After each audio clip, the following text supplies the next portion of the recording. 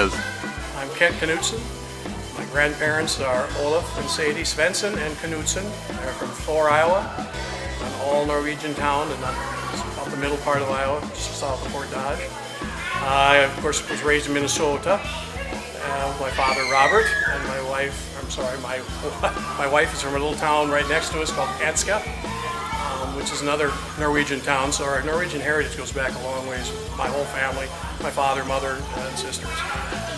I've been at Old Log for 5 years since we took over the building from Don Stoltz, and we decided this year to put on Snow White. I love the title, obviously, because it's that time of the year, but I also, we thought we could do it with a little different twist to it, and that's where we threw in the Nordic heritage. Instead of it being with black hair and a little girl that's raised by a stepmother, we did it that she's a princess from the Northland, the countries that made up the Norwegian or the Nordic lands, then of Sweden, Denmark, and Iceland. And we threw the Vikings in because, well, dwarves are the little people, that's what the Disney did, and also the Grimm fairy tales, we wanted to change it a bit, so we had Vikings, great big guys, all of them over 6'4", with big horns, and we thought that too, doing this, a lot of the kids in this from Minnesota, which is funny, don't understand that Vikings are not just football to you, that they were explorers and they'd actually set out from that part of the world, from the Nordic regions, and sort of taken over that part of the world when Genghis Khan and everyone was taking over the Asia or East. They were doing it in the north. We think they may have gotten across here and actually been some of the first people to set foot in Minnesota. And the kids can understand a little bit when they talk about Marvel Comics and Thor.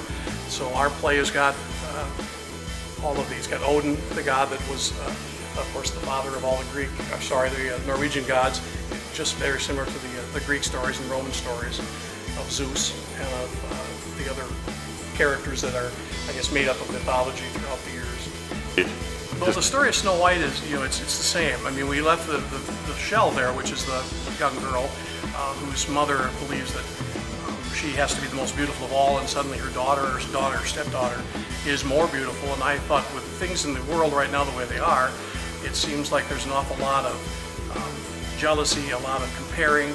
I'm better, my tax plan is bigger than any whatever in the world. And I thought, okay, the Snow White thing is supposed to teach us a little bit of a lesson, and that is that when you start comparing people and things, it's not going to come out, you just can't. I mean, people are unique and different, and it's the differences that they have that seem to make them special.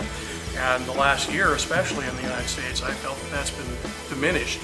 We don't celebrate diversity as much as we used to. We don't understand that it's those people that came from Norway and that came from Sweden and that came from Germany and Poland and even the United Kingdom and Russia and lived here and grew and made the country stronger, the melting pot.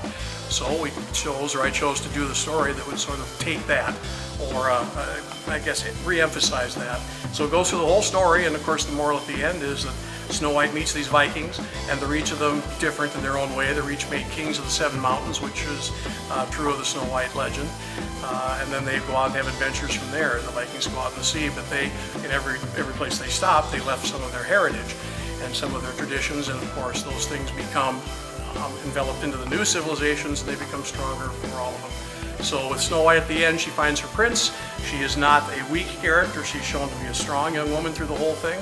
And she, in fact, says, well, I'll get to know you, and when we go back to your kingdom, something happens between us, that's great. It's not the starry-eyed young girl that falls in love and marries the handsome prince. No, they fall in love with each other because they're both competent, intelligent, and kind. And so that's what our show kind of emphasizes, and I thought this time of year, even though it's a kid's show, they'll get it. And what better way to do it than with Norwegians, who are the kindest bunch, but would jump up to defend and fight, if they needed to at any time. We had them working in this one, the version they're working in the 7 hills, digging for gold and diamonds. So instead of little guys in the caves, we have big guys mining in all the 7, grading up jewels and diamond and gold.